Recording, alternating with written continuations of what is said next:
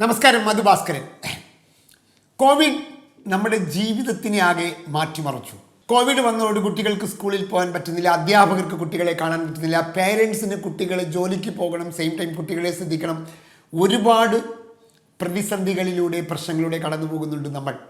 ഈ സമയത്ത് പേരൻസിനെയും ടീച്ചേഴ്സിനെയും കുട്ടികളെയും അലട്ടുന്ന ഏറ്റവും വലിയൊരു കാര്യം മൊബൈൽ തെറ്റായി വിനിയോഗിക്കുന്നതിലൂടെ ഉണ്ടാകുന്ന അപകടങ്ങളെ എങ്ങനെ കൈകാര്യം ചെയ്യും, മൊബൈലിനെ എങ്ങനെ നന്നായി വിനിയോഗിക്കാം, ഇല്ലെങ്കിൽ അത്തരം കാര്യങ്ങളെ പഠനത്തിന് വിനിയോഗിക്കാൻ നിർബന്ധിതനായിരുന്ന അവസ്ഥയിൽ മൊബൈലില്ലാതെ നമുക്ക് ചെയ്യാൻ പറ്റില്ലല്ലോ. കാരണം ഇപ്പോൾ പേരൻസ് വീട്ടിലുണ്ടെങ്കിലും പുറത്ത് പോയാലും മൊബൈൽ ഉപയോഗിക്കാൻ കുട്ടികൾ ബാധ്യസ്ഥരാണ്. കാരണം ക്ലാസ്സുകൾ അറ്റൻഡ് ചെയ്യാൻ വേണ്ടി.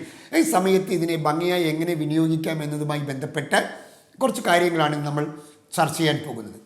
ഞാൻ എപ്പോഴും തുടങ്ങുന്ന സമയം വളരെ വിലപിടിപ്പുള്ളതാണ്. ഈ പ്രതിസന്ധി സമയത്ത്, ഈ കോവിഡ് സമയത്ത് നിങ്ങൾക്ക് കിട്ടിയ സമയത്തിനെ നിങ്ങൾ എങ്ങനെ വിനിയോഗിച്ചു എന്നതിനെ അടിസ്ഥാനപ്പെടുത്തി മാത്രമാണ് കോവിഡിന് ശേഷം നിങ്ങളുടെ ജീവിതം കെട്ടിപ്പടുക്കുകയോ ഇല്ലെങ്കിൽ അത് മോശമാവുകയോ ചെയ്യാൻ തീരുമാനിക്കുന്നത്.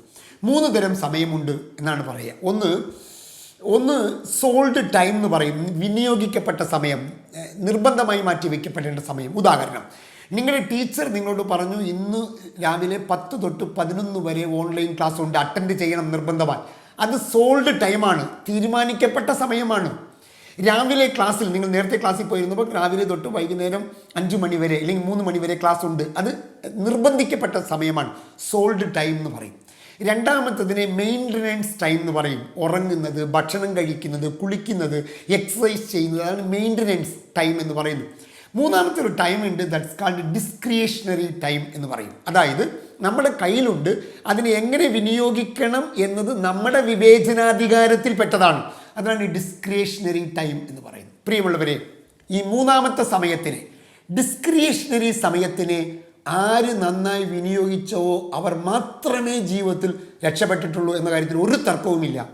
അങ്ങനെ നിങ്ങൾക്ക് കിട്ടുന്ന സമയത്തിനെ, വിദ്യാർത്ഥികളായിക്കോട്ടെ, പേരൻസ് ആയിക്കോട്ടെ, ആരെങ്കിലും ആയിക്കോട്ടെ, നിങ്ങൾക്ക് കിട്ടുന്ന സമയത്തിനെ, പ്രത്യേകിച്ച് ഡിസ്ക്രിയേഷണറി സമയത്തിന്, വിവേചനാധികാരം ഉപയോഗിക്കേണ്ട സമയത്തിനെ നിങ്ങൾ എങ്ങനെ വിനിയോഗിക്കുന്നു എന്നതിനെ അടിസ്ഥാനപ്പെടുത്തിയാണ് നിങ്ങളുടെ ഭാവി, നിങ്ങളുടെ സക്സസ് തീരുമാനിക്കുന്നത് എന്ന കാര്യം തർക്കമില്ല. ഉദാഹരണം, ഫോൺ നിങ്ങളുടെ കയ്യിൽ കൊടുത്തിട്ട് അച്ഛനമ്മ ജോലിക്ക് പോയി എന്ന് കരുതുക. ഈ ഫോൺ നിങ്ങളുടെ കയ്യിലുള്ളപ്പോൾ 2 മണിക്കൂർ ക്ലാസ് കഴിഞ്ഞു. 2 മണിക്കൂർ കഴിഞ്ഞതിന് ശേഷം ഈ ഫോൺ നിങ്ങളുടെ കയ്യിലുണ്ട്. നിങ്ങൾ പിന്നെയും അച്ഛനമ്മ വരാൻ ചിലപ്പോൾ ഇനി 3 മണിക്കൂർ എടുക്കും. ആ 3 മണിക്കൂർ നിങ്ങളുടെ വിവേചനാധികാരം ഉപയോഗിക്കേണ്ട കാര്യമാണ്.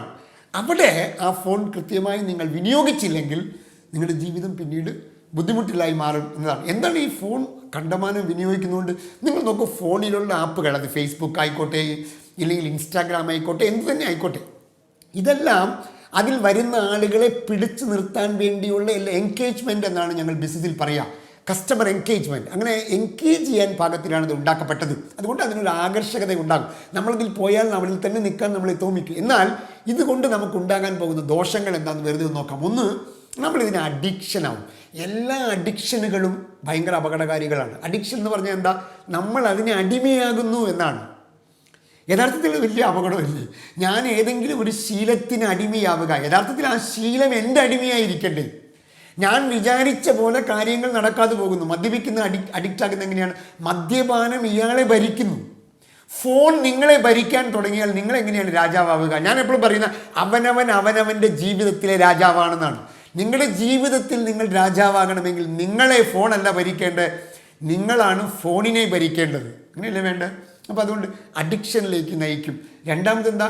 കോൺസെൻട്രേഷൻ. ജീവിതത്തിൽ ഏറ്റവും പ്രധാനപ്പെട്ടതാണ് കോൺസെൻട്രേഷൻ.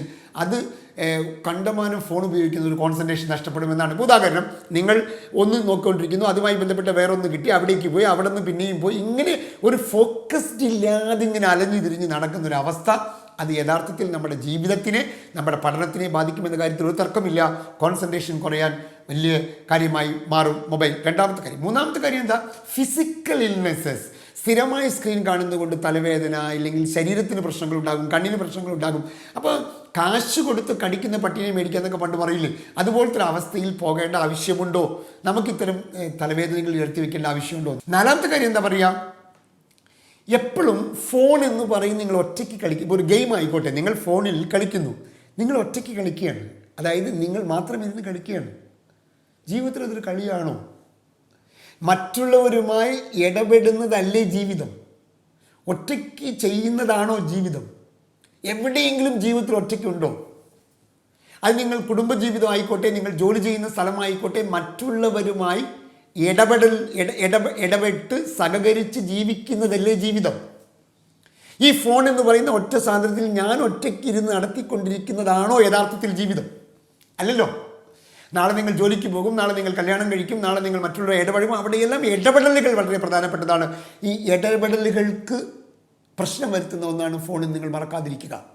ഫോൺ നല്ലതാണോ ചീത്തയാണോ എന്ന ചോദ്യത്തിന് കത്തി നല്ലതാണോ ചീത്തയാണോ എന്ന് ചോദിക്കുന്ന പോലെയാണ്. ഫോൺ നല്ലതാണ് നന്നായി വിനിയോഗിച്ചാൽ, ചീത്തയാണ് തെറ്റായി വിനിയോഗിച്ചാൽ. കത്തി പോലെയാണ്. ഒരാളെ ഓപ്പറേഷൻ ചെയ്ത് രക്ഷപ്പെടുത്തുകയും ചെയ്യാം, കുത്തിക്കൊല്ലുകയും ചെയ്യാം. അപ്പം നിങ്ങൾ ഫോൺ എങ്ങനെ വിനിയോഗിക്കുന്നു എന്നതിനെ അടിസ്ഥാനപ്പെടുത്തിയിരിക്കും. ഫോൺ നന്നായി വിനിയോഗിക്കാൻ ഒരു 6 കാര്യങ്ങൾ ഞാൻ എൻ്റെ ചിന്തയിൽ തോന്നിയ 6 കാര്യങ്ങൾ പറയാം. ഒന്ന്, അൺനെസസറി ആപ്പുകൾ അൺഇൻസ്റ്റാൾ ചെയ്യുക. നിങ്ങളുടെ ഫോണിൽ, അത് പേരൻസ് ആണെങ്കിൽ പേരൻസ് കുട്ടികൾ കൊടുക്കുന്നതിന് മുമ്പ് ആവശ്യമില്ലാത്ത ആപ്പുകൾ ഡിലീറ്റ് ചെയ്യുക. പഠിക്കുന്ന ഒരു കുട്ടിക്ക് ഫേസ്ബുക്ക്, പ്രത്യേകിച്ച് ചെറിയ ക്ലാസ്സിൽ പഠിക്കുന്ന ഒരു കുട്ടിക്ക് ഫേസ്ബുക്കിൻ്റെ ആവശ്യമില്ലല്ലോ, ഇൻസ്റ്റാഗ്രാമിൻ്റെ ആവശ്യം. അത്തരം ആപ്പുകളെ ഡിലീറ്റ് ചെയ്യുക. അതാണ് ഒന്നാമത് കഴിയണം. അത് കുട്ടികൾക്കും ചെയ്യാം. നമുക്ക് വേണ്ടാത്ത, നമ്മുടെ വളർച്ചയ്ക്ക് സഹായകരമല്ലാത്ത സാധനങ്ങളെ നമുക്ക് ഡിലീറ്റ് ചെയ്ത് കളയാലോ. അൺനെസസറി ആപ്പുകളെ ഡിലീറ്റ് ചെയ്യുക, ഒന്നാമത്തെ കാര്യം. രണ്ടാമത്തെ കാര്യം, സ്ക്രീൻ ടൈം ആപ്പുകൾ കിട്ടും. സ്ക്രീൻ ടൈം ആപ്പുകൾ എന്ന് പറഞ്ഞാൽ നിങ്ങൾ ഏതൊക്കെ സാധനത്തിൽ എത്ര സമയം വിനിയോഗിച്ചു എന്ന് കൃത്യമായി കണ്ടെത്തുന്ന ആപ്പുകളുണ്ട്. ക്വാളിറ്റി ടൈം പോലെയുള്ള ആപ്പുകൾ. അത്തരം ആപ്പുകൾ ഡൗൺലോഡ് ചെയ്ത് നിങ്ങളുടെ സ്ക്രീൻ ടൈം നിങ്ങൾ വാച്ച് ചെയ്യുക. എത്ര മിനിറ്റ് വാട്സപ്പിലുണ്ടായിരുന്നു, എത്ര മിനിറ്റ് സൂമിലുണ്ടായിരുന്നു, എത്ര മിനിറ്റ് ഫേസ്ബുക്കിലുണ്ടായിരുന്നു, ഇതെല്ലാം നമുക്ക് കണ്ടുപിടിക്കാൻ പറ്റും. എത്ര മിനിറ്റ് ഫോൺ ഉപയോഗിച്ചു. അപ്പോൾ അത്തരം സ്ക്രീൻ ടൈം ആപ്പുകൾ ഇൻസ്റ്റാൾ ചെയ്ത് നിങ്ങളെ സ്വയം നിരീക്ഷിക്കുക. വിദ്യാർത്ഥികൾ, പേരൻസ് കുട്ടികളെ നിരീക്ഷിക്കുക. രണ്ടാമത്തെ കാര്യം. മൂന്നാമത്തെ കാര്യം, പേരൻസ് കുട്ടികളോട് ജോലി കഴിഞ്ഞ് വന്നതിന് ശേഷമാവാം, രാത്രി കിടക്കുന്നതിന് മുമ്പാവാം, റിവ്യൂ ദ ഡേറ്റ്. ആ ദിവസം രാവിലെ തൊട്ട് വൈകുന്നേരം വരെ നിങ്ങൾ എന്ത് ചെയ്തു എന്ന് അവരോട് സംവാദം നടത്തൂ. അവരെ ചോദ്യം ചെയ്യുക അല്ലെങ്കിൽ അവരെ ഭീഷണിപ്പെടുത്തുക എന്ന അർത്ഥത്തിലല്ല. വർത്തമാനം പറയൂ. എന്താ ചെയ്തത് ഇന്ന് രാവിലെ തൊട്ട്, മീനിങ്ഫുള്ളായി എന്തൊക്കെ കാര്യങ്ങൾ ചെയ്തു, രാവിലെ തൊട്ട് എന്നിട്ട് എന്ത് ചെയ്തു, എത്ര മണിക്കൂർ, ഇങ്ങനെ സംവാദം നടത്തൂ. അപ്പോൾ എന്നിട്ട് അവരെന്തെങ്കിലും തെറ്റായി സമയത്തിനെ വിനിയോഗിക്കുന്നുവെങ്കിൽ അത് അവരോട് പറഞ്ഞ് മനസ്സിലാക്കി കൊടുക്കും. അതൊരു സംവാദ രൂപത്തിലാകണം. കൽപ്പന രൂപത്തിലാകുമ്പോഴാണ് കുട്ടികൾക്ക് താല്പര്യമില്ലാതാകുന്നത്.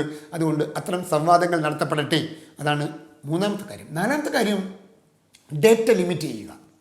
ഇപ്പം നമ്മുടെ മൊബൈൽ കമ്പനി തന്നെ പറയും 1 GB ഡേറ്റ, 1.5 GB ഡേറ്റ.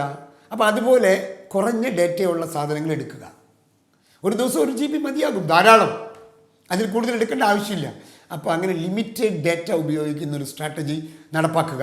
നാലാമത്തെ കാര്യം, ഈ കുട്ടികളെ നമ്മൾ എന്ത് ചെയ്യിപ്പിക്കും എന്ന ചോദ്യത്തിന് അടുത്ത 2 ഉത്തരങ്ങൾ കൂടി പറഞ്ഞുകൊണ്ട് ഇത് അവസാനിപ്പിക്കാം. നിങ്ങൾ ജോലിക്ക് പോകുമ്പോൾ ഇല്ലെങ്കിൽ നിങ്ങൾ തിരക്കായിരിക്കുമ്പോൾ ഈ കുട്ടികളെ മൊബൈൽ അല്ലാത്തൊരു ആക്ടിവിറ്റി ഇൻവോൾവ് ചെയ്യിക്കേണ്ടത് നിങ്ങളുടെയും കൂടി ആവശ്യമാണ്. പ്രിയമുള്ള പേരൻസേ, അതിനെന്ത് ചെയ്യാൻ പറ്റും? ഒന്നാമത്തെ കാര്യം, വളരെ എളുപ്പത്തിൽ ചെയ്യാവുന്ന 2 കാര്യങ്ങൾ. ഒന്ന്, രാവിലെ നിങ്ങൾ പോകുമ്പോൾ അല്ലെങ്കിൽ നിങ്ങൾ തിരക്കിലാകുമ്പോൾ ഒരു പിക്ചർ, ഒരു പടം അവരുടെ കയ്യിൽ കൊടുക്കുക.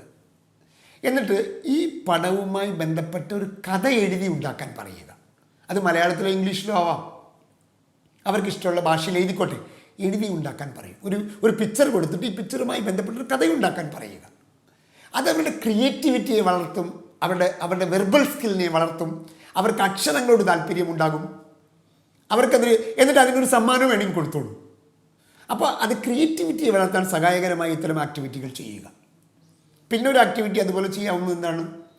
നിങ്ങൾ പോകുമ്പോൾ 2 പേരും ജോലിക്ക് പോകുന്നവരാണെന്ന് കരുതിക്കോളൂ. ചില പേരൻസ് 2 പേരും ജോലിക്ക് പോകുന്ന ഒരു കുടുംബത്തിലുണ്ടാകും. ഇല്ലെങ്കിൽ വീട്ടിലെ ഒരുപാട് ജോലിയുള്ള സമയത്ത് ഇവർ ശ്രദ്ധിക്കാൻ സമയം കിട്ടില്ല. ആ സമയത്തൊക്കെ ചെയ്യാവുന്ന കാര്യങ്ങളാണ് ഞാൻ പറഞ്ഞത്. നമ്മുടെ വീട്ടിൽ വെറുതെ കിടക്കുന്ന വേസ്റ്റുകളിൽ നിന്ന് ക്രിയേറ്റീവായ ഒരു സാധനം ഉണ്ടാക്കൂ. ഞാനിന്ന് നിനക്കൊരു ഇഷ്ടപ്പെട്ട ഭക്ഷണം വച്ചു തരാം, ഇല്ലെങ്കിൽ നിനക്ക് ഒരു ഐസ്ക്രീം മേടിച്ചു തരാം, ഇങ്ങനെ എന്തെങ്കിലും ഒരു സാധനം. അങ്ങനെ ഇല്ലെങ്കിൽ അത് ചെയ്ത് അവർക്കൊരു പോയിന്റ് കൊടുക്കുക. അത്തരം കാര്യങ്ങൾ ചെയ്യുക. അതായത് നമ്മുടെ വീട്ടിൽ കിടക്കുന്ന വേസ്റ്റായി കിടക്കുന്ന സാധനങ്ങളെ ഉപയോഗിച്ചുകൊണ്ട് ഒരു ക്രിയേറ്റീവായ സാധനം. ഒരു കാര്യം നിങ്ങൾ മനസ്സിലാക്കണം, നമ്മൾ പ്രായമായവരേക്കാൾ വളരെ ക്രിയേറ്റീവാണ് നമ്മുടെ കുട്ടികൾ. കാരണം അവർ കണ്ടീഷൻഡ് അല്ല, അവർ പ്രോഗ്രാംഡ് അല്ല, അതുകൊണ്ട് തന്നെ അവർ ഭയങ്കര ക്രിയേറ്റീവാണ്. പക്ഷേ ആ ക്രിയേറ്റിവിറ്റി സ്റ്റിമുലേറ്റ് ചെയ്യാനുള്ള സാഹചര്യങ്ങൾ നമുക്ക് ഉണ്ടാക്കാൻ കഴിയുമെങ്കിൽ അവർ വളരെ ക്രിയേറ്റീവാണ്. ഇപ്പം ഇത്തരം കാര്യങ്ങളെല്ലാം ചെയ്യുമ്പോൾ അവരുടെ ഈ മൊബൈൽ ഫോൺ എന്ന് പറയുന്ന ഒരു അഡിക്ഷൻ്റെ അപ്പുറത്ത് ഒരു വളരെ ഇൻട്രസ്റ്റിംഗ് ആയ ഒരു ലോകമുണ്ട് എന്ന് അവരെ കാണിച്ചു കൊടുക്കാൻ കഴിയുമെങ്കിൽ അവർക്കത് ചെയ്യാൻ കഴിയും. അങ്ങനെ ആകട്ടെ. കാരണം ഈ കോവിഡ് സമയം നമ്മുടെ കൺട്രോളിലല്ല, അത് നമുക്ക് പുറത്തുള്ള കാര്യങ്ങളാണ്. നമ്മുടെ കൺട്രോളിലുള്ള കാര്യങ്ങളാണ് നമുക്ക് കിട്ടിയ ഈ സമയത്തിനെ ഏറ്റവും നന്നായി എങ്ങനെയാണ് വിനിയോഗിക്കേണ്ടത് എന്ന്. അത്തരം വിനിയോഗിക്കുന്നവർ നല്ല ഭാവിയുള്ളവരും വളർച്ചയുള്ളവരാകും. അങ്ങനെ ആകട്ടെ എന്ന് പ്രാർത്ഥിച്ചുകൊണ്ട് നിർത്തുന്നു. Thank you so much.